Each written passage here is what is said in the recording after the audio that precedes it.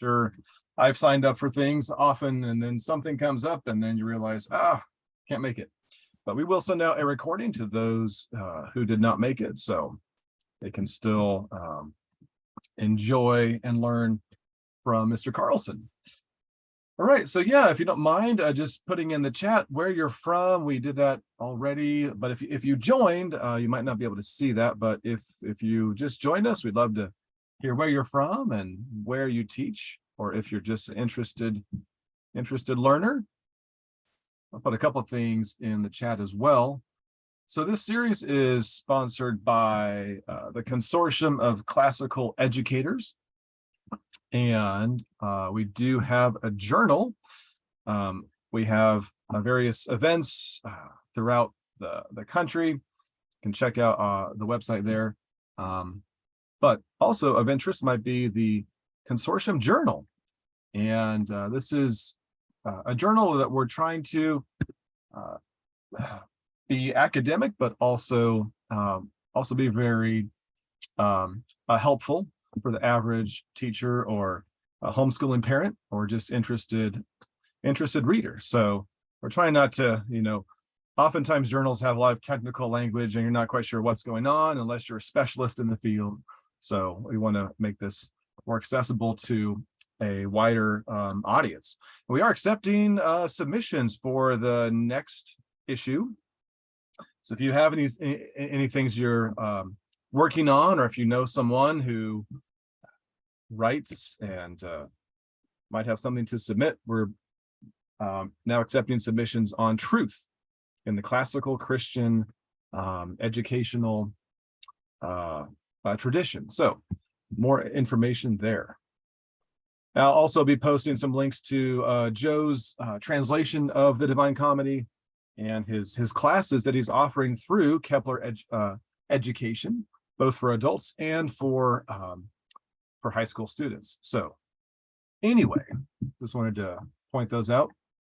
But without further ado, Joe, I'll let you introduce yourself a little bit. At this point, all they know is that you are pursuing a PhD at the University of Dallas. So I'll hand it over to you. All right. Well, thank you all for coming. I'm super excited to talk about Dante. He is as you might have gathered, a passion of mine. So yeah, I got my MA in humanities back in 2021. Went back to grad school later in life after a number of years doing other things with wife and family. We moved out to Dallas in 2021 to turn that master's into a PhD, and I'm going to be in my third and final year this coming school year. And then after that, the Lord knows where he's going to take us, and we'll wait to see what he tells us and where he sends us. So it's exciting. My master's thesis was on Dante and education. I was looking at Paradiso and his philosophical treatise Convivio, especially with reference to a few of his other works and some other things. My dissertation will be an expansion of some of those themes, again dealing with Dante and education. So if you have any questions about that in particular, at the end of this session, I'd love to geek out with you about some of those things. Knowing that I was going to be writing on Dante for my dissertation, I wanted to be prepared to work through and deal with and be conversant with the original Italian of the Commedia. And so I started translating it. I had a little bit of Italian under my belt, and with a couple good dictionaries, a good commentary on the Italian, Charles S. Singleton's magisterial work from back in the 60s and 70s, in which he goes through the Italian text, offers his own translation, which is really just a modification of the an earlier translation from back in the turn of the century and 1910 era, 1920s. He just slightly modifies it to make it his own, but his real contribution is the commentaries that he gives to the Italian text. And so with that, I just started translating for my own sake. I did an interlinear version, which I'm going to show you guys in a bit. And then that kind of developed into a blank verse version, which was enjoyable. And I'll talk about translation issues in a little bit as well. And then also a series of readers' guides developed out of that, where there's a summary, like a legend, who's who and which in each canto, where is the action in each canto, a summary of the action and an explanation of some of the more obscure parts of history or politics or mythology that's being referred to. And then textual notes, what is going on with this word, what's going on with this phrase, what is the reference when he refers to something in Virgil or Ovid or Lucan, where is that text found? So, give the book and chapter, book and lines for those texts as well. And then one of my roles in a past life was I was an associate pastor for a number of years. And so my emphasis, my drive in reading literature is, how does this bring me closer to Christ? How does this teach me, train me to think of the world, my life in this world, in terms of allegiance to Christ? And I think that is the central aim of Dante in his work. And so there's, with each of those study guides, and with each canto, there's a semi-pastoral analysis. Why is this important? Why is it important that we read about the avaricious in Circle 4 crashing into each other? What is this doing for my own spiritual walk and my own journey, like the pilgrim toward the beatific vision? And then finally, each canto has a series of discussion questions to prompt more open-ended questions than just factual fill in the blanks, intended to promote and encourage discussion with others, or just as you're thinking about it.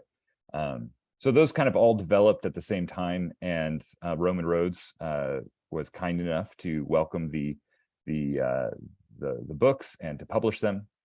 Currently, we're up here in Moscow, Idaho, where Roman Roads is based, to film a series of lectures.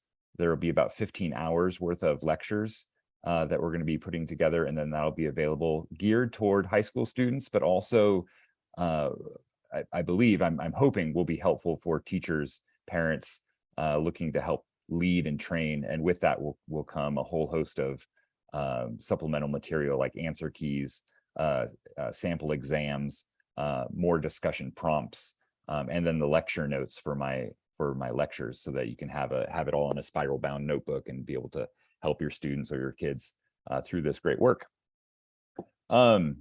Yeah, so we are currently in Dallas, and that's where we'll be for at least another 9 months, and then we'll see where we go after that. Before that, I was a pastor for a number of years in Central Coast, California, at the church that my wife and I grew up in. We met in the 4th grade. Our families were all there. We spent the first 4 decades of our life there until God moved us on. So I have a real strong affection for the Santa Cruz area in California, as much of a infernal place that it is in many respects. So real quick, a note on the translation, then I want you to, by the way, I want you to interrupt me at any time. I don't want to just be talking for an hour and then leave questions at the end. If you have anything that comes up, please raise your hand. Please just shout out, stop my flow of words. I can be talking for the next 3 hours. I think that's what we have, right, Gregory? We have 3 hours for this. I can be talking for as long as you let me. So if you have any thoughts or questions that you'd like to interject, please do so, and we can interact on those. I want this to be helpful for you guys. I'm not the reigning expert on Dante. I love Dante. I have a strong delight for Dante, and I've done a lot of work with Dante. And so I'm here to simply offer and extend what I have learned and the things that I have enjoyed to you guys, and to help bring you into that delight as well. So I have a whole host of things I'd love to get to, but if we don't get to them because we get to things that you'd like to talk about, that's totally fine. That'll be great. So just let me know. So with regard to the translation issue, there's obviously, well, I don't know, obviously, but there's no genuine need for a new translation. Like we have over 100 translations of the comedy in English. Why do another one? Well, there's no legitimate answer in terms of we don't have this work in English represented well. No, we do. The reason for a new translation is, in my opinion, entirely selfish. I wanted to read Dante in his own tongue. I wanted to enjoy his Italian. I wanted to transpose his thoughts, his ideas, his words, his images. I wanted to transpose them directly from his pen to mine, and to interact and to dialogue with him in that way. So it's not an original translation, because I mean, it is, you know, nobody's done my translation before, but it's not like it's the first time someone's translated Dante. But everybody brings a different perspective. Everybody brings a different emphasis, a different approach. And so in that sense, there is always going to be room for more translations. We don't need another one in terms of knowing what Dante said, but there will always be more translations, because there's always going to be a new generation to delight in what Dante said. And so bringing Dante into the current situation, I think, will always be a noble thing to do. So my version is distinctive in two ways. One, it is, I wanted to be as close to Dante as possible. You can read a lot of translations, and you're reading more of the translator than you are of Dante. You're reading someone's affect, you're reading someone's own personal desires, and that's true with any translation. But some translations get more academic, more heady, more elevated than what Dante actually did, and that's typically for one reason. The main reason that happens is that English translators try to rhyme. Now, I'm all in favor of rhymed poetry. It's a medium that's lost; it needs to be regained. But taking Dante and trying to replicate what he did into English, I believe, is a mistake. Lord love Dorothy Sayers. You know, she's great. What she did was amazing. But if you've spent much time in Dorothy Sayers, you realize two things. When you try to replicate the Turtzarima rhyme scheme in English, you either have to choose arcane, old-fashioned, highly educated words to fit to make the rhymes work, or you have to mess with the syntax and switch everything around to where it's really unreadable. Not that it's totally unreadable, you can do it, but it's not enjoyable. It's not like you can just sit down and feel at ease. You're constantly working at understanding her. And so you need almost a translation of a translation in order to understand what is happening. So what I wanted to do, and I believe there's room for all of these approaches. I have Dorothy Sayers, I reference her, I love her. But what I wanted to do was make Dante as accessible as possible. I wanted Dante's words, structures, syntax to be as easily seen as possible. I wanted there to be as little of me as I was able to do. And the second thing that is distinctive about mine, I wanted to make it as approachable in terms of word choice as possible. I wanted it to be really accessible, really readable. I wanted a first-time reader to be able to sit down and go, oh, I get what, at least the surface level action, you know, the plot of the story. I am understanding what's happening, where the characters are, what they're doing. I get it. You know, there's deep levels that you don't get on a first reading, but at least that first read through is something that they walk away with going, you know, I followed. You can't say that about all translations. There are a lot of translations that's just really difficult to follow, and usually it's because they try to rhyme. But Dante himself said in a letter to Congrande della Scala, he said that this is a comedy, one, because it's a journey from suffering to flourishing, from hell to heaven. But then he said it's written in a tone, in a register that even the peasant woman speaks in. So he's writing it in a register that is accessible to every level of education, from non-education to full education. And he's doing this in the Italian tongue as opposed to Latin for that very reason, so that anyone could pick this book up if they're literate anyone could pick this book up and read it and understand what's going on. So I wanted to kind of replicate that same approach. I wanted that element of Dante's writing to come through. So that's what's different about mine. That's why I did what I did and chose to use a blank verse instead of a rhymed verse,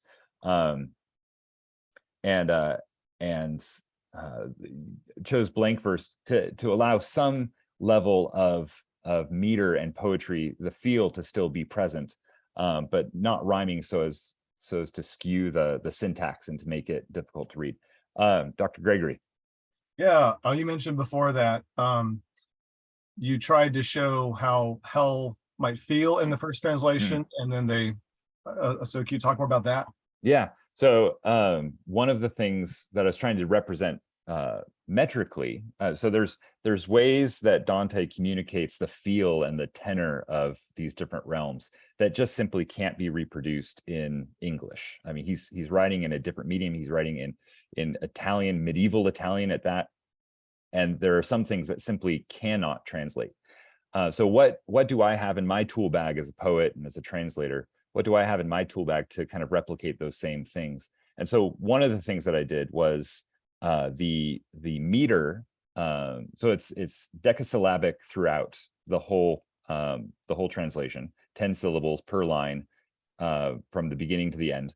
And so the classic English blank verse is, pentameter, 5 feet per line, 2 feet or 2 beats, 2 syllables per foot. And so then you have this relationship between trochees and iems, and then you throw in anapests and dactyls as well. But what I wanted to do is use that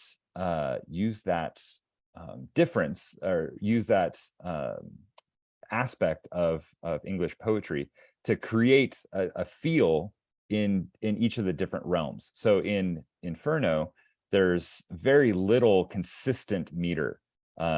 It sometimes is iambic, it's sometimes trochaic, it breaks into anapests, it's broken, there's a lot of enjambment where the line runs over to the next line. It's rocky, it feels unsteady, it feels unstable.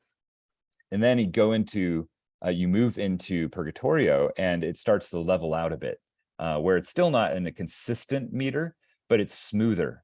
The lines are smoother, there's not as much enjambment, it's more consistent. And then you move into Paradiso, and especially with Beatrice's lectures, and then finally with Dante's own narration at the very end, it turns into perfect iambic pentameter. So you move from this rocky, enjambment-filled, broken meter, though still decasyllabic, all the way to these perfect iems that kind of replicate that sense of, as we get closer to God, as we move closer to the beatific vision, Dante's will and desires are turned like a balanced wheel and moved by the love that moves the sun and the other stars. So we're getting a feel for that in the timbre of the poetry itself, in the meter. So that was something else that I was trying to accomplish. So yeah. Any other questions on translation issues or anything else before we start?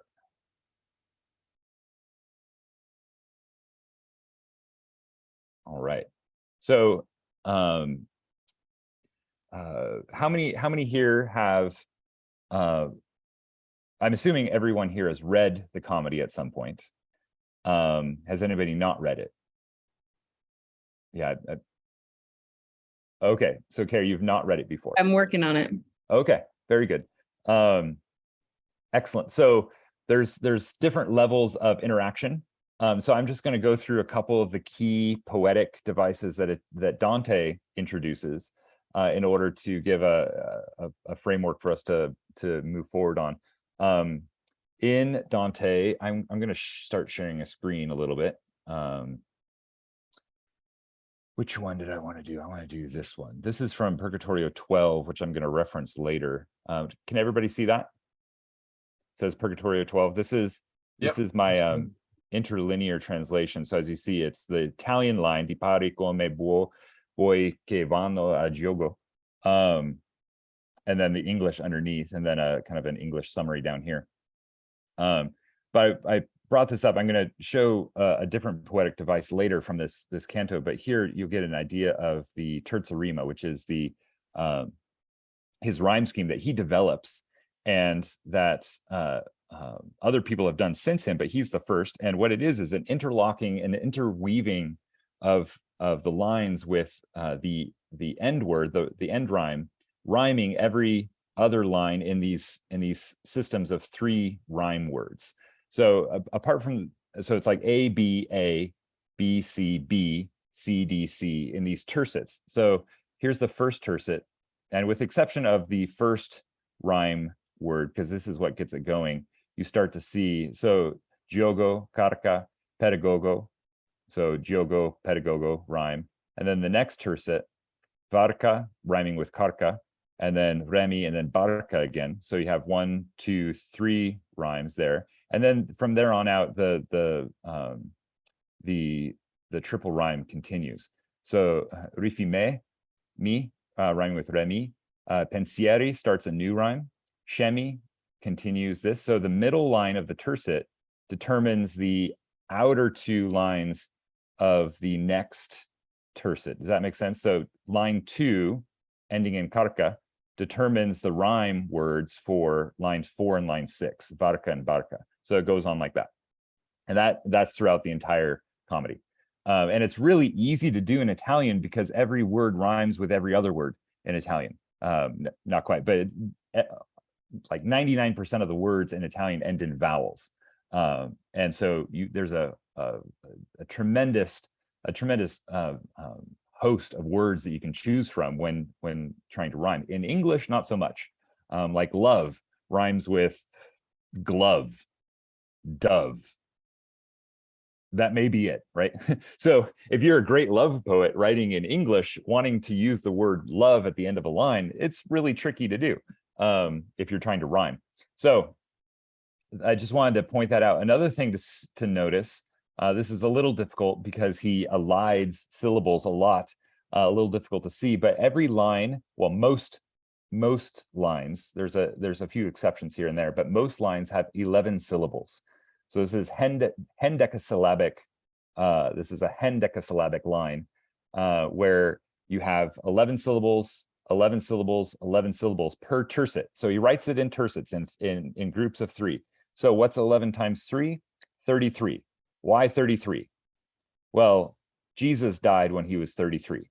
There's a lot, and then rose again when he was 33. And there's a lot of 3s that play a part in Dante's poetry, not just because Jesus died when he was 33, but also because the Trinity, because the world is built on 3s. The symmetrical patterns are built on 3s. Golden ratios are built, so all of creation is built on this perfect number, this number 3, and that plays a huge role in the structure of each of the realms, the structure of the cantos themselves. You have 33 cantos per canticle. So a canticle is Inferno, Purgatorio, Paradiso. Those are the 3 canticles. And then each canticle has 33 cantos, with Inferno having an extra one at the beginning as like a prologue or an introduction, giving it 34. Now there's also speculation, Dante never sets this down in writing, so we can't know for sure, but there's also speculation that the reason he gave Inferno 34 cantos instead of Purgatorio or Paradiso is because he didn't want the number associated with Christ, 33, he didn't want that associated with hell. And the other evidence for that is he never uses the name Christ or Jesu in Inferno. He refers to Christ all the time as the mighty one or the judge or with other terms like this, but never in Inferno is the name Christ mentioned. Also, with regard to the special attention that he gives to the name of Christ in Paradiso, 4 or 5 times, the only time that Christ is used at the end of the line, he doesn't use any other words to rhyme with it. So there are other words in Italian that rhyme with Christ, but he refuses to use those words because there is nothing, this is his way of saying, there's nothing that can equal or match or rhyme with Christ. He is in a category. He's a sui generis. He's a thing unto himself. He as God, as the God man, is incomparable to anything in creation. And so we can't rhyme with the name Christ. And so in those cases, you have 3 lines where each of them end with the name of Christ. Yeah. Yeah. So I know Peter Lightheart talks about a lot of this number symbolism in his book. Is there like a short resource or a chart that kind of summarizes all the number and all those layers of things in Dante? You mean just like all of these poetic devices? Well, yeah, all the threes and all the numbers and things like that. Yeah, there probably is somewhere. I'm not aware of one off the top of my head. But yeah, I mean, these are central to what Dante's doing. And so I would almost guarantee that you could find a resource somewhere that enumerates all these numbers. So any questions on that? The number of cantos, the number of syllables, the rhyme scheme, before I move on to something else? Scott Cosmo is just pointing out in the chat that I actually have your book posters behind me in the office. Yes, those are excellent, Joffrey. Thank you for pointing those out. That's a huge shout out to a young man named Josiah Nance, who took the Gustave Doré wood carvings and then made them all the more beautiful with his digital art, and they're just stunning. So yeah, thank you for pointing those out. So another so going back to Purgatorio 12, going to come down to line 25. Another poetic device that he uses on a couple occasions, but to very significant effect, which is almost impossible, well, I would say impossible to replicate into English, is Dante's use of anaphora. So the repetition of a phrase or clause at the beginning of a line, sustained over the course of a certain text. But he does more than that. In both these cases, I'll just point to the next one. I won't show that here. But in both here in Purgatorio 12 and in Paradiso 19, he uses anaphora, as well as he makes it an acrostic as well. So there's both an anaphora, the repetition, the rhetorical device of repetition, as well as using those words in an acrostic to great effect. So acrostic is, the first letter of a line, adding those first letters together to form a word. So I'll show you what I mean.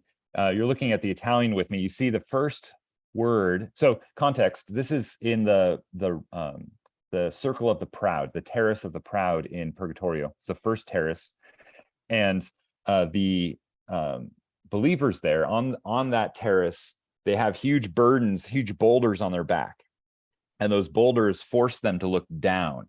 They're looking down at the ground, and on the ground are 13 examples of pride carved in the stone. And so part of the physical aspect of their sanctification, we'll talk about the different realms and what they're doing in a minute, but part of the physical aspect of their sanctification that helps train them is they're literally stomping on all of these examples of pride. They're putting these examples of pride under their feet, and that's a wonderful means of instilling in them an internal disposition of, yeah, I should despise this. I should despise pride. So this first example is of Satan. You can see the translation. I was seeing him who was created noble more than any other creature, thunderbolting down from heaven on one side. So on one side of the path that he's walking on, he's seeing this picture of Satan fall from heaven. The first example of pride, the prime example of pride. But you notice that the word that he uses is videia. Now that is a shortened form of the imperfect past form of I see, vedeva in standardized Italian. Videia means I was seeing. I was seeing this sense of I was seeing this as I was walking along the path. And you can see that again in the first word of the next tercet, videia, brierio. Briareus was one of the giants who attacked the gods in the battle between the giants and the gods, the Titans and the gods. He also, like Satan, this pairing of scriptural examples with classical mythological examples is common throughout the entire comedy. So you have Satan on the one side, and then Briareus on the other side. But again, he uses this word videia, and then again here, videia, and then a fourth time, videia. So then he switches to using the word o niobe, o Saul, o deranged Arachne, o foolish Arachne, o Rehoboam. And then he uses the word mostrava. It was showing. It's again this imperfect. The rock, the carvings were showing to me, the pilgrim. It was showing, and then again mostrava, 2 more times, mostrava, mostrava. So then that gives you 12 examples of pride, and then in the 13th example of pride, you have videia, videva, o mostrava. Videva, o mostrava. So he takes the first word from the first 4 tercets, the first word of the second 4 tercets, and then the first word of the last 4 tercets, and he combines them all into one example, which is talking about the fall of Troy and Troy's pride. But more than that, V-O-M, vom. And just like in Italian, just like in Latin, the letter V is also the letter U. So this is uom, U-O-M, which is the shortened form of uomo, which is man.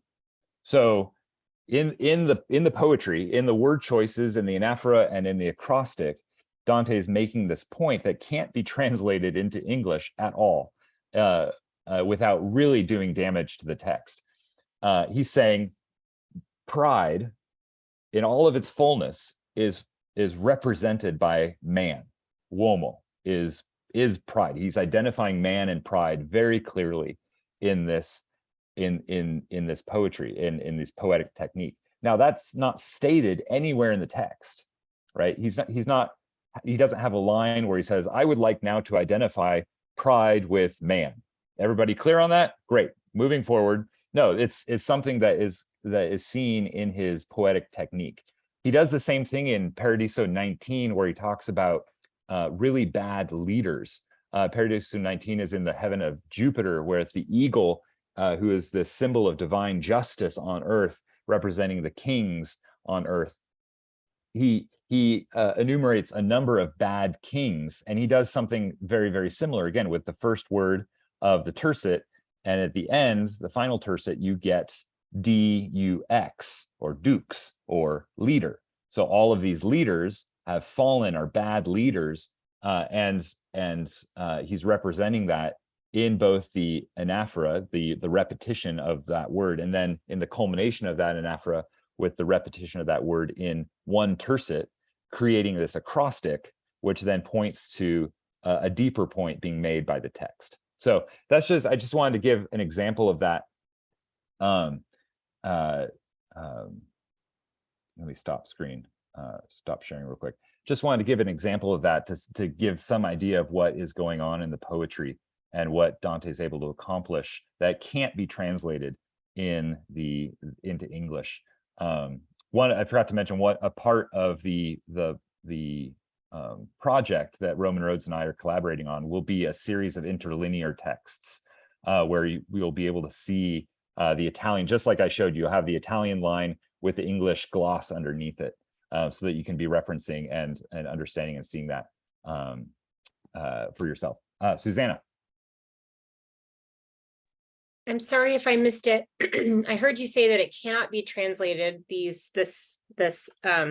the dukes and this man equals pride, but is there in any other way that you do try to add that to that portion of the text? Yeah, so in my edition, I can represent the anaphora. I can represent the repetition. So I can say, I was seeing, I was seeing, I was seeing, I was seeing, oh, it was showing, it was showing, it was showing. But I was seeing O, and it was showing as I-O-I, right?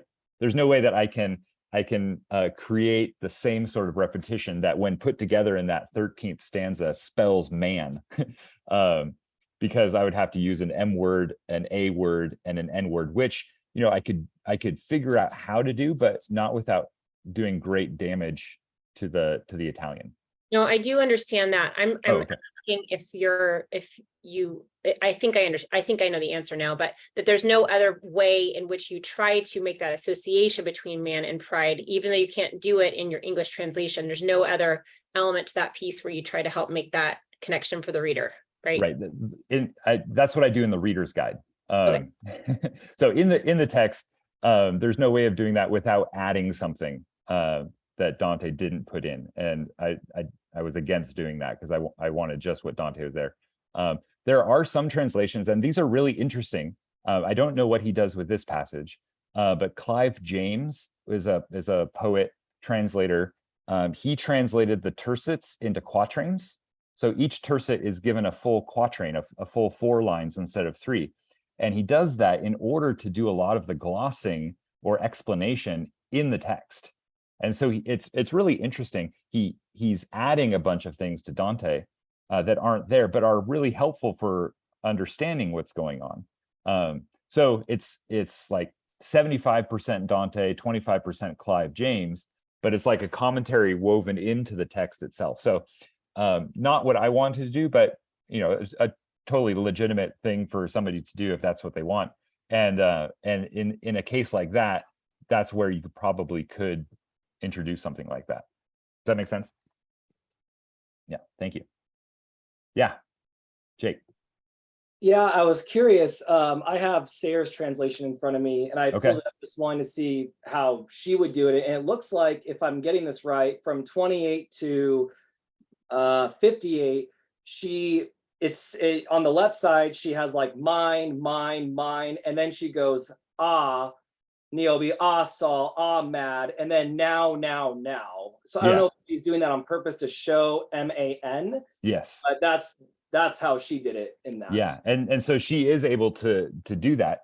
But there's no mine in the text. It's O, not ah, and then there's no now in the Italian either. So so you know, God bless her, she's doing something that's valuable. It's just not Dante. And so she's leaving aside one part of Dante to show another part of Dante. And so that was a translation choice. But that would be how you would do it. You'd have those 3 words put together in that way to accomplish that. Got it. Yeah, Joffrey. Thank you. Yeah, I just wanted to, you know, as someone with experience in translation, you know, of course, translating is very hard, but actually, one of the things that's challenging is that you are making choices on behalf of the author with any translation, but with poetry, it's even more that way. And sometimes you're reading poetry in translation, and you know, like I've read some translations that I find not of Dante, but I find outrageous. Like that was a terrible choice, which is usually not something you find in competent translations of prose. But when you're talking about verse, it's just like you're often in kind of an alley with no exit. You have to, you know, find the best way out. Right. Yeah. Yeah. Especially with poetry, because there's so many different things happening at the same time, right? There's the actual text about, you know, Niobe and Saul and Rehoboam and what that text is saying about those things. And then also this added other layer. So you have to make a decision between these 2 things. I can do one or the other, but not both. In Italian, you can do both. In English, no, you can't. So some people choose one, some people choose the other. I think there's an interesting discussion to be had about those choices. Everyone has their own approach, and some are valid, some are maybe not valid, but it's an interesting discussion. Was there any aspect of translation that you found particularly English was particularly well suited to? Like, was there anything that translating to English you found like, wow, I can really nail this aspect of Dante? The concreteness of Dante's language. His Italian is very concrete. It deals in very tangible images. And I think English is well suited to that. I mean, perhaps because we're just native speakers, and so we're already attuned to the concrete nature of some of our words. But I think English has that ability to be, especially the Anglo-Saxon side of our language has an ability to be earthy and rooted in concrete experience. And so that part, translating these images, which are this is the next thing I'm going to look at, some of the similes. Translating these images was not as challenging as maybe perhaps some of the other aspects. Unless there's any other questions, let's move on to some of those images. This is, I'm gonna share screen again. This is Inferno 5. So context, Inferno 5 is dealing with the lustful in hell. We're in hell now, not in purgatory. So hell is a static reality. You're there where you are forever, whereas in purgatorio, you're moving through these terraces and guaranteed the future of standing before Christ. But here in Inferno, if you remember, the souls are being blown about on this wind, and the movement of these souls around this hurricane. And it even says hurricane. It says tempest down in line 43. Hurricane is somewhere here. I'll find it.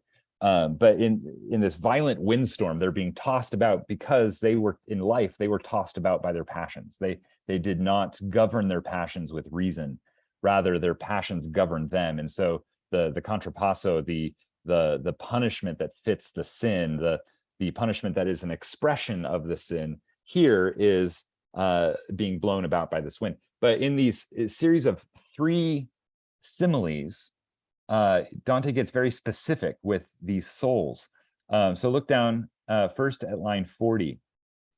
And as the starlings come, borne by their wings in the cold season to flocks large and full, so the wicked spirits are thrashed about by the tempest. So you have this idea of the birds, these small little birds flapping their wings, borne by the wind and thrashed about by the wind almost. In the same way, the souls are being tossed to and fro.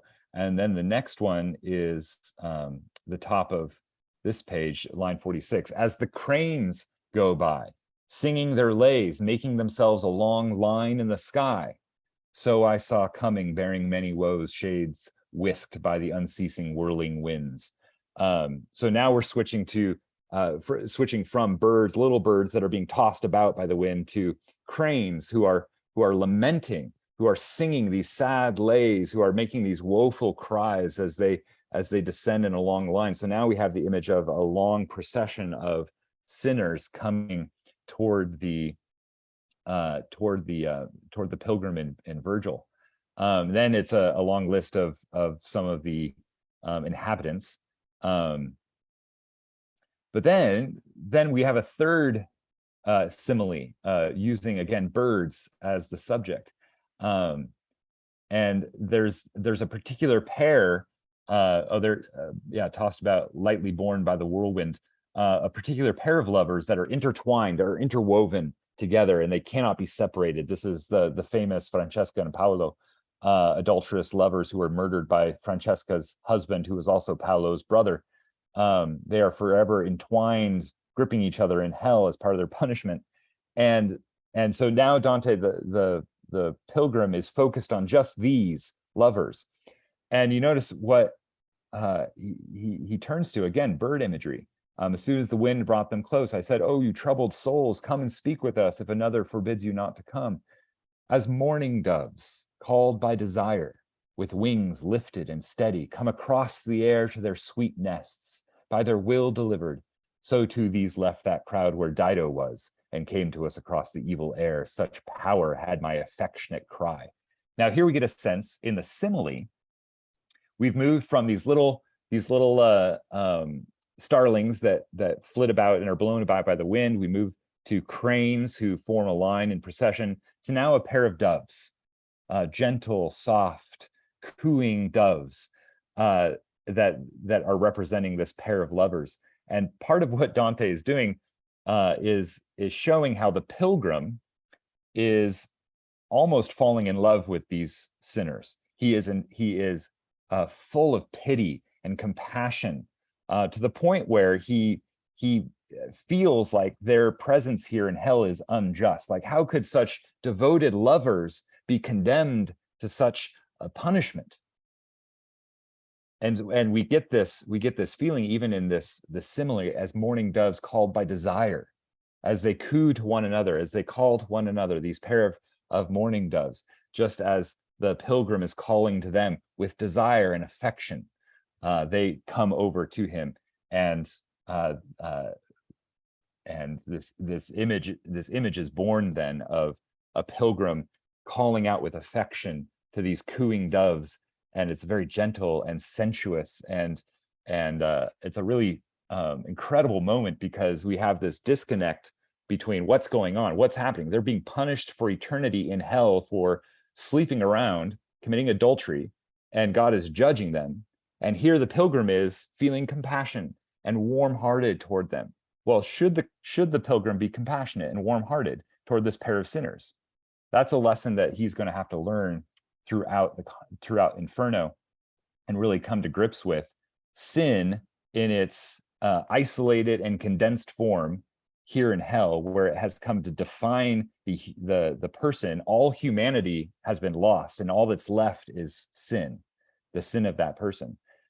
It's not right, it's not proper, it's not just, it's not wise, it's not righteous to be feeling compassion for these sinners, because they have been given over to the sum total of their choices, and are now living with that in eternal punishment. And yet that's a lesson that the pilgrim has not yet learned. So anyway, again, interesting ways in which the poet uses language and similes to draw attention to tensions that are in the action of the poem, tensions specifically within the pilgrim as he makes his journey toward union with Christ all the way at the end. Any questions on that?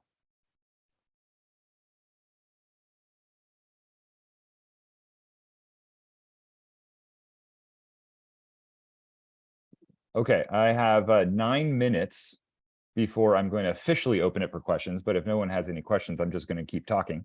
But we wanted to go for an hour and a half, and we've gone for 50 minutes or so already. So we'll see how much more I get through. I wanted to talk a little bit about the structure of the poem. It would be easy to get into the weeds, and I mean, they're lovely weeds, but get into a text and just spend our whole time there. But I wanted to give kind of a bird's eye view of what's going on, and share this part of my screen. Where to go? This one. Okay. So everybody sees this chiastic structure of Inferno and Purgatorio. One of the ways that Dante, one of the principles that is behind the text, like in the background, giving structure and form to all three canticles, is the idea of the appetites. According to medieval scholastic theology, and it stems from Aristotle, the soul is composed of three different appetites, desires, wishes, the things that it looks for, things that it wants. It wants the simple good, which is the concupiscible appetite. It's always a fun word to try to say in public. The concupiscible appetite is a desire for simple goods, food, even money or sexual pleasure. These types of things are simple goods that are pleasurable in themselves, that we want. And you know, as far as it goes, they're perfectly fine goods. They're things created by God and not wicked in themselves. They're good things to want. They are truly goods. The irascible appetite is the desire for what's called arduous goods, or goods that are difficult in themselves but are necessary for the obtaining of simple goods. So a simple good would be corn. Like, I want some corn. Who doesn't want corn? Arduous good would be farming. Difficult in itself, not pleasurable in itself, but necessary for the obtaining of the simple good, corn. So the desire for farming would be simple or an arduous good, an expression of the irascible appetite. The desire for corn would be a simple good, the desire for which is an expression of the concupiscible appetite. This will all come together in a little bit. The third appetite is called the intellectual appetite. And that is the, whereas the first two deal with the material world and the material goods, the intellectual appetite deals with non-material goods, immaterial realities, abstract realities, love, justice, kindness, those types of things. And the greatest of which, according to Aristotle, and the scholastics pick up on this as well, like Thomas Aquinas, the greatest of those being justice. So what does the intellectual appetite want most? It wants justice. Like at the beginning of Noah, the horrible movie that came out 10 years or so ago, when Russell Crowe, the kung fu master patriarch, is beating everybody up, and someone asks him, and he says or somebody asks him, what are you looking for? And he says in a really rough tone, justice. That's the intellectual appetite being expressed. That was entirely unnecessary and gratuitous. I apologize. So the structure of hell, the structure of purgatory, and the structure of heaven in a slightly different way is built on this idea of the appetites, and either the corruption of or the reformation of these appetites. So in hell, the hell is the journey of the pilgrim through this realm that explores human nature and how human nature and society is corrupted by sin. What does sin do to the soul? How does sin corrupt the soul? And what does that look like for sin to corrupt the soul? And when it corrupts the soul, it can corrupt the various appetites of the soul. So the first section of hell, the upper hell, as Virgil calls it, has to do with these simple goods. So lust for sexual pleasure, gluttony, a craving for food, avarice, just a simple desire for wealth. But when that desire becomes an idol, when that object becomes an idol, and you want just that, well, then it distorts the soul. It's a misguided love. It's an excessive love for something that's good in itself, but it has distorted you in such a way that it has turned you from the supreme good, which is God. And so in this upper hell, we have lust, gluttony, and avarice, the sins that are a distortion of the concupiscible appetite. In the fifth circle, sixth circle, and seventh circle, you have wrath and sullenness. You have the heresiarchs, the leaders of heresies, and you have violence. Now, wrath and sullenness is kind of what would we call it? Something that's in the middle. It's an intermediary stage. It's a transition stage from the pure passion of lust, gluttony, and avarice to the more admixture of intellect and passion with violence. And they're in the wrathful and the sullen are being punished inside the Styx, which is kind of a boundary in hell that sits right in front of the gates of Dis. So there's a whole geography of hell. We don't need to get into all of it here, but there's a geography in hell, and that geography is based on these different distinguishing corruptions of the soul. So in upper hell, you have lust, gluttony, avarice. In the middle portion of hell, you have wrath, violence, the heresiarchs. We can get into that in a bit later if you want to know why the leaders of heresy are thrown in with the violent and the wrathful. But with the violent, the wrathful, the sullen, they are the distortions of the irascible appetite. And so the irascible appetite in a good way allows someone to persevere or endure through difficult things in order for the joy set before. Like Christ in Hebrews 12 says, for the joy set before him, he endured the cross and despised the shame. Enduring the cross would be, as the medievals put it, would be an expression of the irascible appetite, and the joy set before him would be an expression of the concupiscible appetite, the union of his redeemed, and the reconciliation between God and man is a simple good to be desired in and of itself. The cross is not something that is pleasurable in and of itself, but necessary for that simple good. the enduring the cross is an expression of that irascible appetite. Those who cannot endure, those who cannot persevere, typically turn toward violence. They fight, they break down, they do something violent in contradiction to the perseverance that the irascible appetite is calling them to. So that's where you get wrath and violence. Also, well, I'll move on and then come back. Then the last section, lower hell, deep hell, is the 8th and 9th circles where fraud is being punished. Now, fraud is a purely intellectual, for Dante, fraud is a purely intellectual sin. This is deceit and treachery without any passion involved. You're not getting angry and whipped up and passionate about something. It's just cold, calculated evil. That's what fraud is for Dante, and he's basing this off of Aristotle. This trio of corruptions comes from Aristotle, but he's mapping onto it a Christian idea of sin and a Christian notion of sin and punishment. So with lust, gluttony, and avarice, you have pure passion. No intellect is involved. Remember, with the lustful, this is where you have subjected your reason to your passions. Your passions are not being governed in any way by reason. Fraud is where your passions have been completely subjected to your reason. It's the opposite, it's the flip, where your intellect and your reason is in total control, and yet you're using that control of your reason for pure wickedness, pure evil. Now, wrath, violence are a mixture of the two. And it's in these circles that we see the Minotaur, which is bull head and chest with a man's body, and the centaurs, who are the flipped image, the beast body, the horse body with the man's head. And so you have this admixture of bestial passion on the one side and human intellect on the other.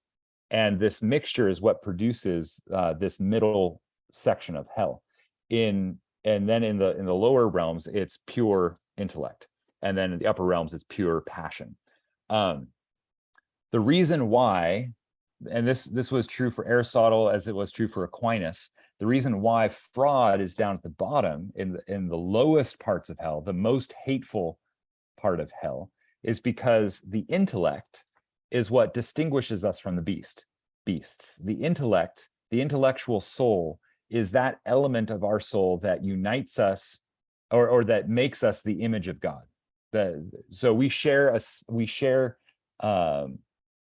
passions with the animals, and we share intuition with the animals. We do not share the intellect with the animals. And so that distinguishes us from the beasts. It's that particular element that the medievals pointed to that made us image bearers of God. God is intellect, God is mind, God is reason, God is logos. We bear his image in that we too have this ability to think and to reason. And so when we've corrupted that element of our soul that is most closely united to God, it's those sins that are most hateful. Now, part of this whole structure is part of the Ptolemaic model of the universe, or the medieval cosmology.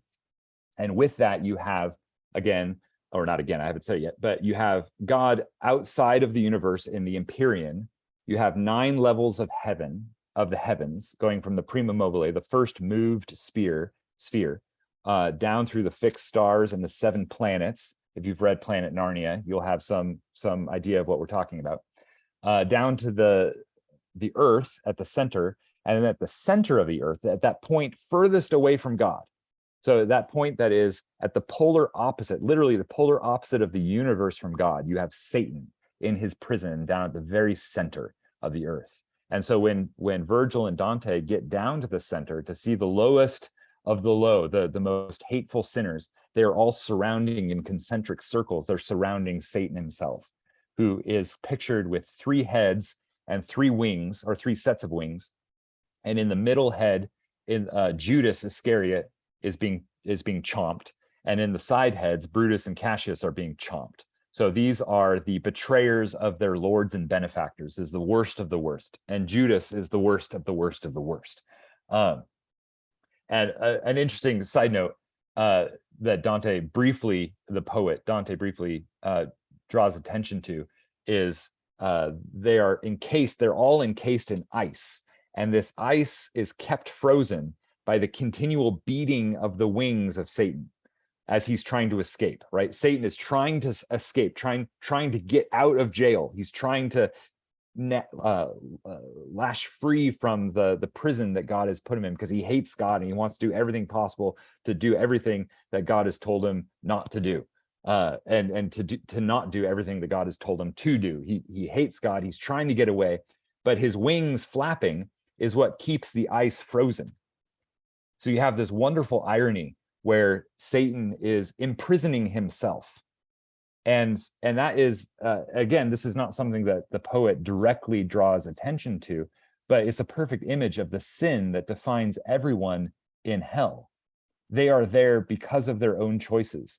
At the very beginning, when they're crossing the Acheron, the first river into hell, Virgil says that their fear is turning, their fear of punishment, their fear of hell turns itself into desire.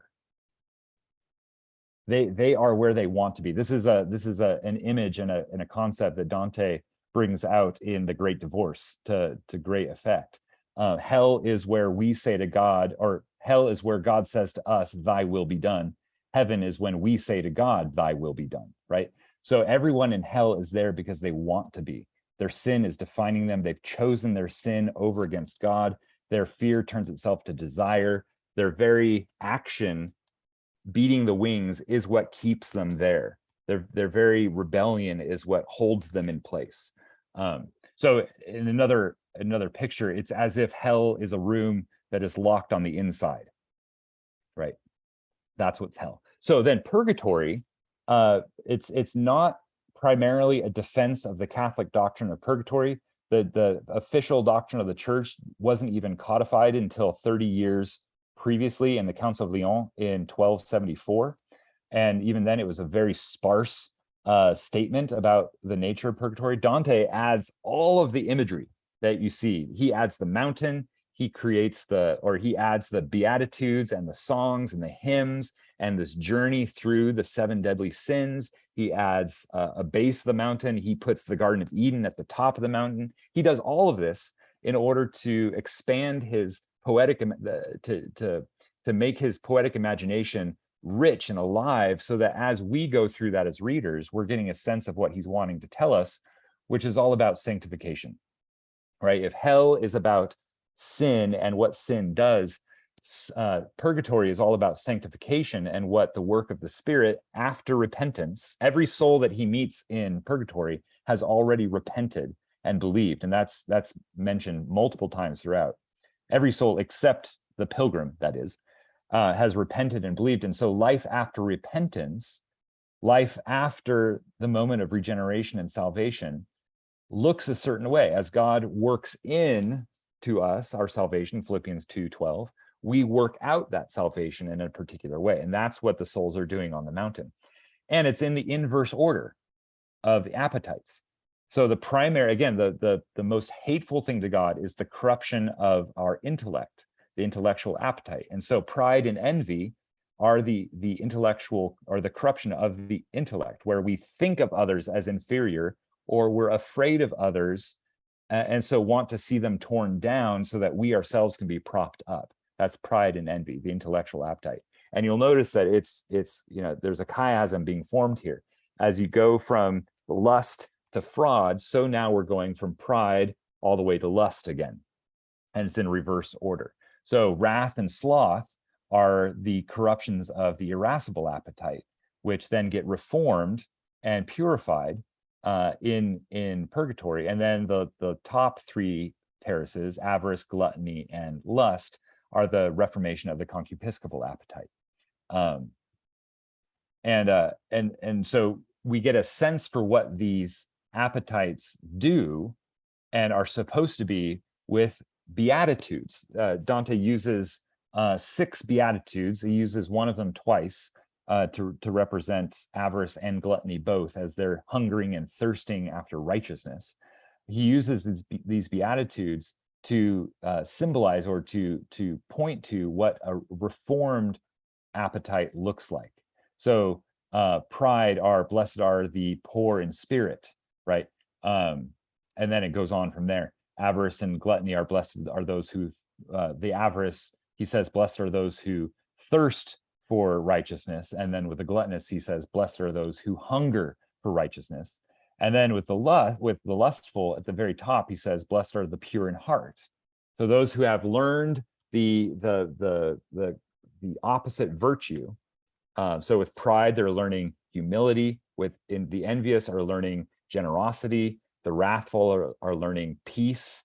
The slothful are learning zeal. The avarice are learning, I'm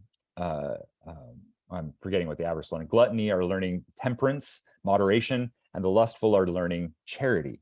And so with these opposing virtues to the vices, they're being rehabituated into holiness. And then these beatitudes that are sung as they leave each terrace represent that holiness, that aspect of holiness that they're being brought up into. And then you have, I'm not going to go into a great deal about this, but then you have these 10th realms or outer realms that match each other as well. Limbo, where the so-called virtuous pagans are, matched with earthly paradise at the top of Mount Purgatory. Any other questions on that before I go on to one other thing before we open it up for questions in general? Yeah, so Joshua had some good comments in the chat there. I'm gonna take some seconds to read that. That's a great chart, though. Very, very helpful. So that's in the Purgatorio Reader's Guide, available from Roman Roads Press. Nice. And there's a discount, Daniel, right, for all those who showed up today? Just kidding, just kidding. Yes. Yeah, Joshua, exactly. I do have a question about the work with the chiasm. Yeah. I love chiasms. I love finding chiasms. I just did a presentation on the wind and the willows being chiastic, all about it. But like generally, I find that it's a certain sort of Protestant who has their eye out for chiasms, as ancient as the structure may be. Yeah. Is there work in sort of just this general academic life of Dante? Of people who study Dante. Is the chiasm mostly your work, or are you basing it on? I mean, it's pretty obvious, but yeah, just curious. So I can't remember if this author speaks to it exactly like a chiasm. I believe he does. I was going to show a stack of books that I've really benefited by, but this work is one of the best things on the comedy that I've read, and this is where I really benefited from his talk on the appetites and how the appetites structure the whole thing. And really, we maybe not have time to get into this now, but the appetites stem from the angelic orders that give structure to heaven. And so on earth, you have this chiastic representation of the appetites, with the intellectual being the worst, being punished the worst and last, and therefore also reformed first at the lowest part of the mountain, and then going on up into the passions. These appetites come from the angelic orders that Dante is deriving from Gregor the Great, and specifically Pseudo-Dionysius, or the man that we know as Pseudo-Dionysius, in his work Celestial Hierarchies. That's a much more geek out conversation that I'm happy to have later. But that work has been very influential in identifying, and I believe he does talk specifically about that parallel relationship that we, he may not use the word chiasm, but it's basically what he's talking about.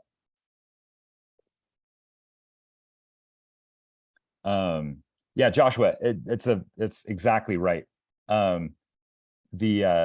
Milton, and I think this is a difference between the modern era and the medieval era. Gargoyles were demons there's an ugliness there. There's in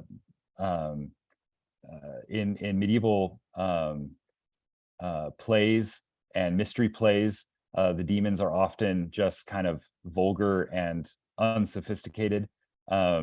I think there's a sophistication that Milton brings that the medievals did not would not have chosen for Satan and for their the demons in hell. I mean, they're downright in the circle of the Berators, the grift, the men who committed graft and theft in that sort of commercial way. They are punished by this vaudeville troupe of demons, and their antics are just they're funny at a very low level of humor. They are constantly making body jokes.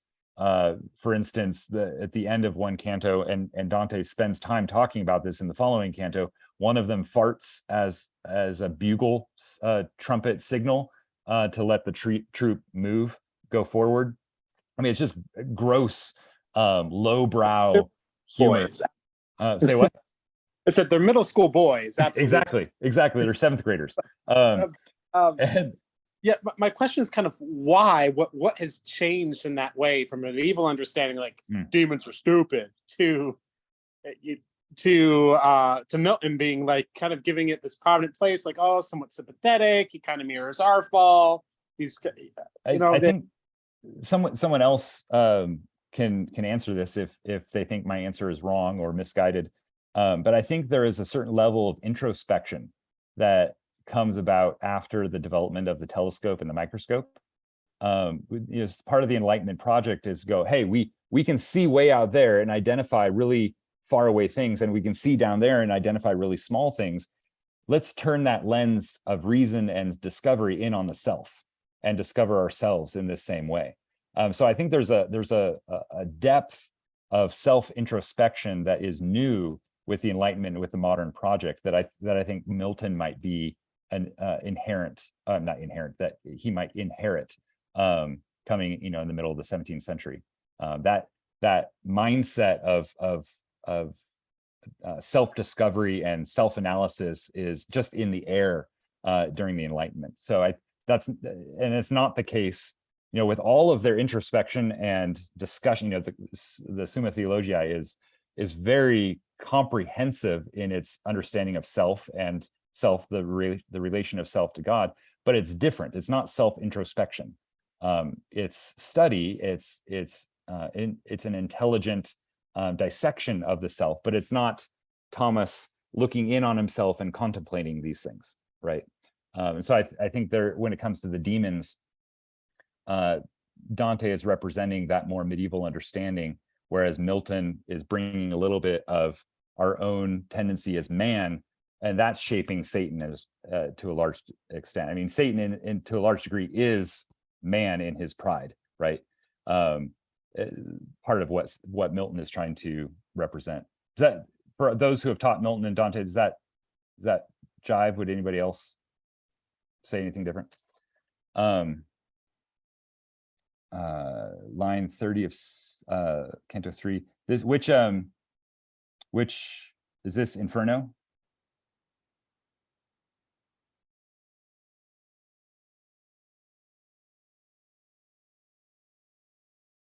Oh yeah. That's Inferno. Sorry, I'm reading the comment by Susanna. That is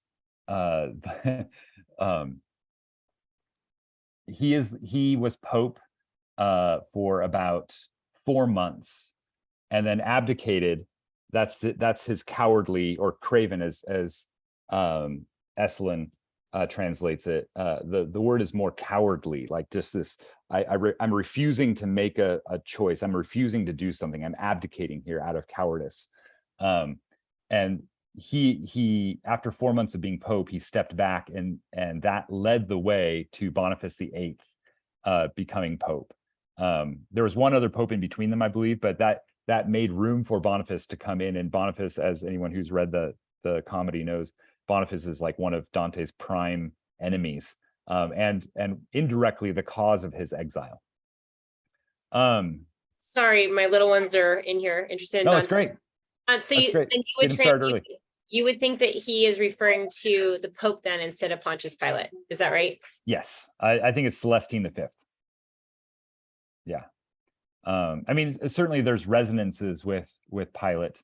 But I think Pilate would, in Dante's mind, I think Pilate would warrant a place lower down in hell for other things that he says, not just washing my hands. But that's speculation, of course. But I think the more likely answer is the Pope. Sorry, I didn't see there was a question there. And yeah, it doesn't matter that much to the text who it is. It's more, again, if you're reading, this is what I tell my students, when you're reading through the comedy for the first time, don't get bogged down with the names. Like, don't worry about the names.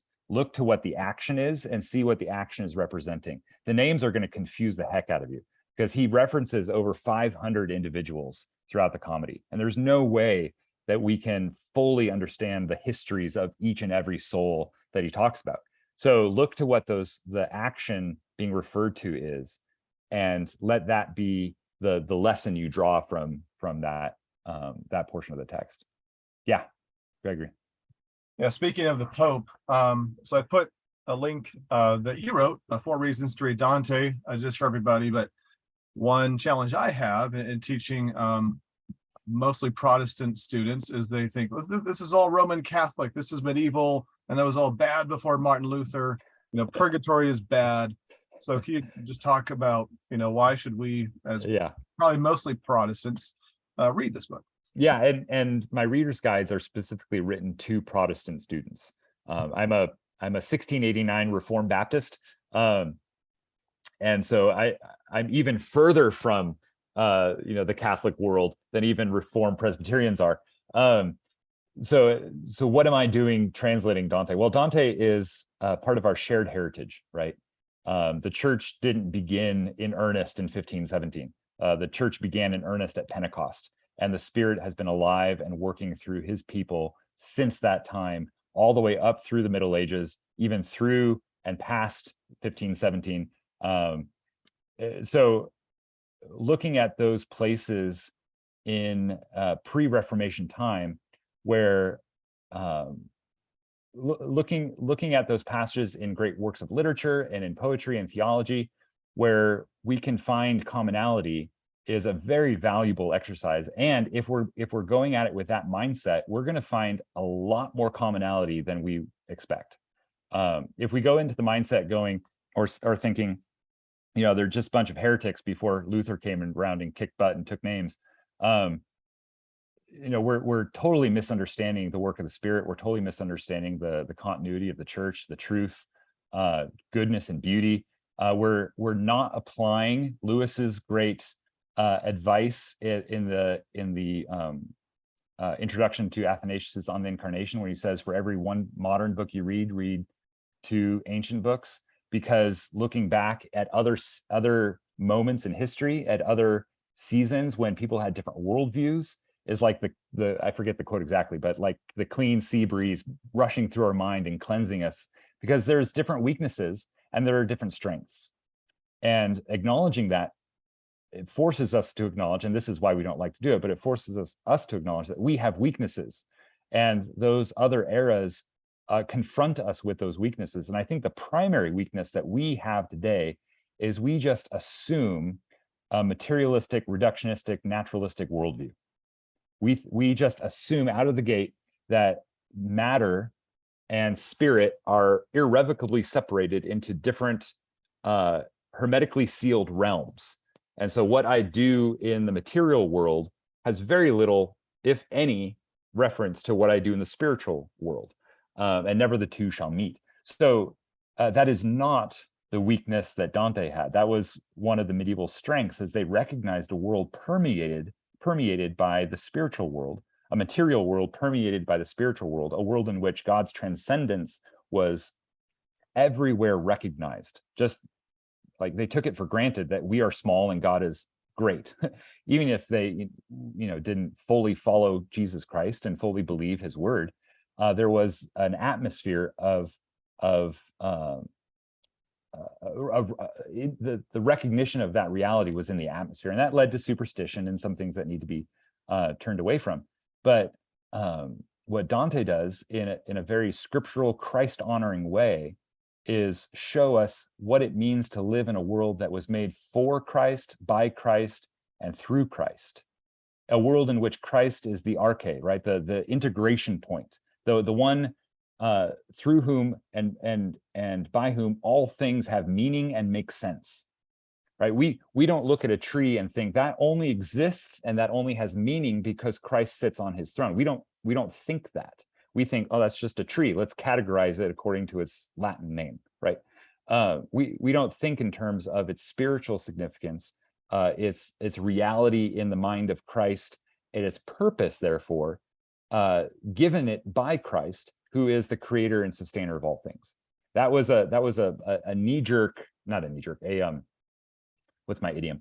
That was the medievals to an extent took that for granted, and Dante certainly does in this poem. That's something that gets explicitly laid out in Paradiso, which is really fun. Yeah, Jake. Yeah, kind of connecting with Greg's question. I heard recently from someone that they described the allegory of this work is an allegory for the present life.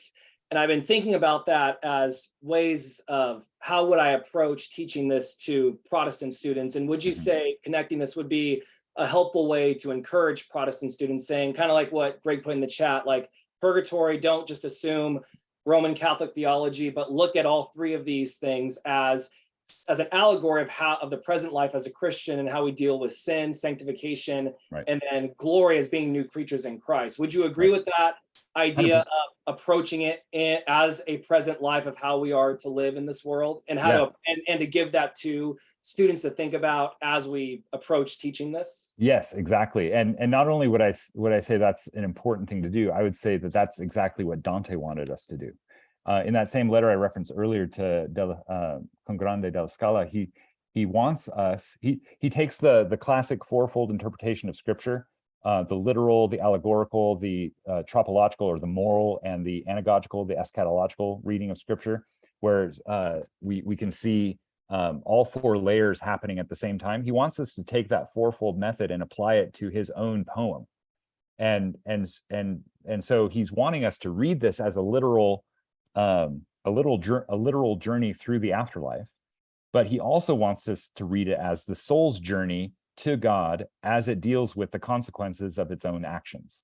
And that's not just Inferno, right? That's not just the consequences of sin. That's also the outworking of what salvation looks like. That's the outworking of the redemption of the soul by the Spirit. It's the outworking of our unification and glorification in Christ. And so, yeah, I think even the primary, because he's writing this to people who are dead or people who are living, right? He's writing this to people who are alive. He's wanting the people who are living, who are reading this, to apply it to their lives, not just go, okay, this is a handy guidebook for when I'm dead, but rather, what does this mean for my life now? And so, yeah, I think the simplest way to put it is Inferno is about the nature of sin and how it corrupts the human soul and human community. Purgatory is about the redemption of the Spirit and the sanctification that he brings as those things get restored, both the soul and the community.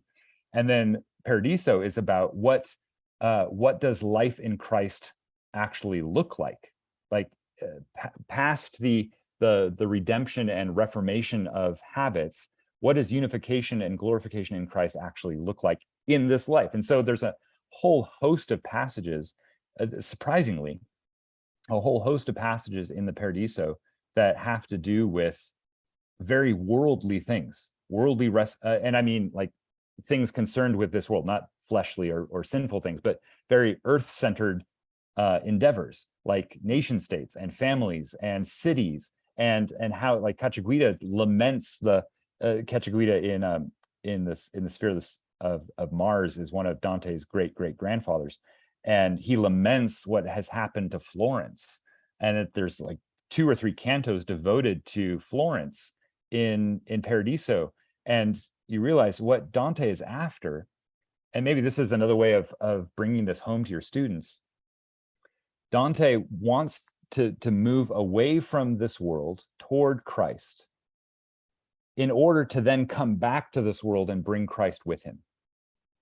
So what do communities that are redeemed and recentered around Christ look like? What do families that are redeemed and recentered around Christ look like? What do nations that are redeemed and recentered around Christ look like? I think that's the overall project and the overall question that Dante's wanting us to ask, and then also find answer for in his work. That's good. Thank you. I wanted to, sorry, quickly follow up. You mentioned the fourfold interpretations. Was that something that Dante, you were saying, held to, or the person he wrote the letter to? No, it's something he held to. It was a common method in the medieval era to look at a text in scripture and unpack it in these 4 ways. So the literal way, Oh, sorry. I was going to say, do you have a reference or any thing that we could read from him that he does that? Or I'm just curious to follow that rabbit trail. Yes. Before we end, I'll find the actual passage. There's an online site that has everything listed electronically, and I can find the actual passage where he defines that. And he actually, he in order to explain what he's talking about, he uses actually, it's right here in my reader's guide. 1 second. And I can just share it real quick. Awesome, thank you. Purgatory, where's Purgatory reader's guide? There it is. Yeah, he Egypt. Let's spell it right. There we go.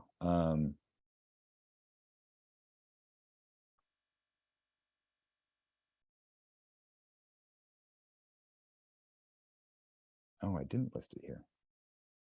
Okay. Give me 1 second. I can find it real quick because I know exactly where it is. It's in Dante Princeton. Because this is really helpful and interesting in this letter. Yeah, so while he's looking for that, last chance to ask questions. I was wondering, I'm homeschooling primarily, and my oldest is 12, so I'm in 7th grade now. But I was wondering, at what age would you recommend starting on Dante, and how, and or prerequisite text? She's read The Great Divorce. Yeah. And how would you make it accessible to people, even adults who may be intimidated? Yeah, that is a fantastic question. I just put that quote in the text, by the way, and this is where you can find it. That website there has all of his stuff electronically. Yeah, excellent question.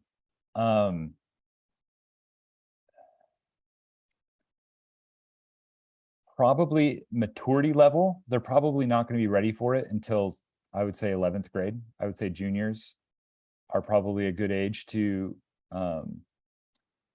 work through this.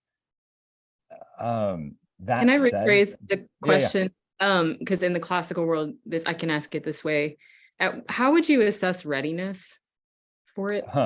That's a individual parent-child relationship question that's different for every child. Readiness with regard to the comedy, I would say, are they past the junior high stage? For boys, are they past the gigglette body humor stage? Are they going to be distracted by depictions of bodies and like for instance, the schismatics in one of the lower rings of the 8th circle, the schismatics are sliced open from jaw to groin, and it talks about fart holes and sacks of excrement. And so if they're in a place where they're going to be distracted by that and not be able to see the point, one of two things: either just skip it and do work around it, or maybe that's a sign of not being ready. Some high schoolers probably maybe not be ready. Some boys develop and mature slowly. I don't have any personal experience with that, but some boys are going to be a little bit slower than the girls, and so you have to just judge that on a case-by-case basis. But that would be one metric that I would use. Are they able to look past the often, especially in Inferno, this is more so in Inferno than it is in the other two. Are they able to look past that kind of surface level bodiness, BAWDY, that he's using in order to portray a really significant and important truth? Like, this is what sin does. Like, it really is crappy. Sin really is a distortion of the soul. And are they able to look past the means that he uses to teach that to the deeper truth underneath? That said, there is no way, I'm 100% confident in the very strong way I'm going to put this. There's no way for a high school student to fully grasp Dante's Divine Comedy. And so my advice to parents who are wanting to do this, and it's a valuable goal, it's worth doing, but my advice to parents who are leading their high schoolers through this, or teachers who are leading their high schoolers through this work, is recognize that they're not going to get everything. It's just no way. The experiences of life that Dante draws upon are necessary for one to have walked through in order to understand what he's saying. And so even as, someone in his 40s, there are elements that I'm still learning or still seeing because of experiences that I've had later in life. So my goal for high school students is what I would want for them is to have a sense of the wonder and the beauty of it, that even though they can't identify or fully explain something, there's something in their mind that puts a pin in that, going, that work is truly remarkable. And even though I don't understand it all right now, that's something that I'm going to want to come back to. So maybe a better way of saying it is teaching it in such a way that they want to come back to it, right? Not teaching it in a way that turns them off to it for later years. So if that means an abridgment, I would not recommend just Inferno, but abridging it to where maybe you're reading selections from each canticle, because you want to give them a full scope. A lot of schools just teach Inferno, and it's like teaching the first 2 acts of Hamlet or the first 10 chapters of Crime and Punishment, right? If we just taught the first 10 chapters of Crime and Punishment, like we stopped right after he kills the pawnbroker and her sister, what kind of impression are we giving of what Dostoevsky is doing? That's kind of like stopping after Inferno. But I recognize that you can't always read the whole thing. So taking selections from each of the canticles to presenting to your student this worldview that is totally foreign, but doing so in a way that inspires delight and causes the student to want to come back to it later in life. That's how I would. You don't happen to know any resources that would be like illustration based? Like, I imagine there's tons of just beautiful historical artwork that feels like a good way. image illustration. Yeah, like an image study. Yeah. You know of anything like that? Or I guess, I mean, I could Google it, but look up Gustave Doré. Gustave Doré was a woodcutter back in the I think early 1800s, mid 1800s. He did a lot of classic literature. He did a lot of wood carvings for John Milton, or for Paradise Lost. And he did over 150 wood engravings for the comedy. And just looking at those, like walking through, you can get a volume on Amazon for like $30 of all of his engravings of the Divine Comedy. And just walking through those even will give you a sense, a pictorial sense of the progression of what's happening.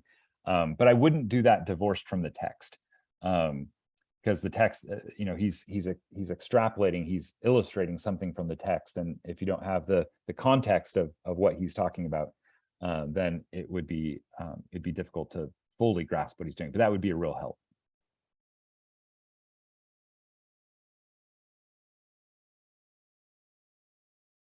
Hey, any other questions? This has been really helpful, Joe. Good. I'm glad. Look what arrived, Joe.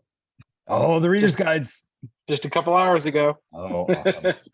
Awesome. And Purgatorio, which I'm means excited. all 6 volumes are now in stock. Well, this was the advanced reader copy, so this isn't fully in stock, but there you go. Now There you available from Roman Roads Press. I might be driving down there in a bit.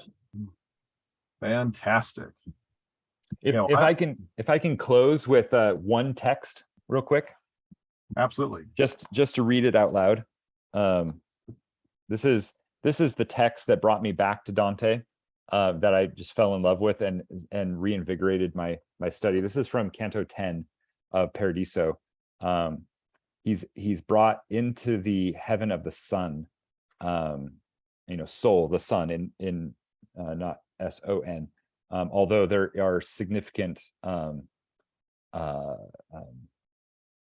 sun is a representation of Christ, and of the light of Christ. And after a beautiful description of the Trinity and what the Trinity is and what the Trinity is doing in this world, Beatrice says this. She says, give thanks to the Son of Angels. And that is a reference to the S-O-N, even though it's S-U-N. Give thanks to the Son of Angels, who to this sphere of perceiving, to the sphere of understanding, has raised you by his grace. So it's the grace of Christ bringing you to this place of understanding. And then Dante, the poet, the narrator, says, heart of mortal was never so disposed to devotion, to give itself to God so swiftly with all its grateful assent, as I then made my own at her urging, and all my love so fixed itself on him that Beatrice was eclipsed and forgot. I think that is as close as you can get to a thesis statement in the comedy as to what he's trying to do. Dante is wanting us to be raised, to recognize that we are being raised by grace to a place of gratitude and worship, and that worship ought to eclipse the cares for the present world. Not that we don't remain faithful good stewards with the present world, but that we see this world through the lens of worship. And I could go on that. That's going to be my dissertation. But it's just a beautiful line, and so I wanted to leave you with that. Yes, good stuff. Thanks so much. All right, we're still working on our speaker for next month. It's coming together. We just had some trouble with the dates and the person, but look for emails on that. But yeah, blessings on your study of Dante and on your preparation for next year, and hopefully we'll see you all next month. Thanks again, Joe. Thank you all. I appreciate your Joe. questions, your thoughts, and being here and listening to me go on. Appreciate it. Thank you. All right, Thanks, see y'all Joe. Yeah. Thanks, Joe.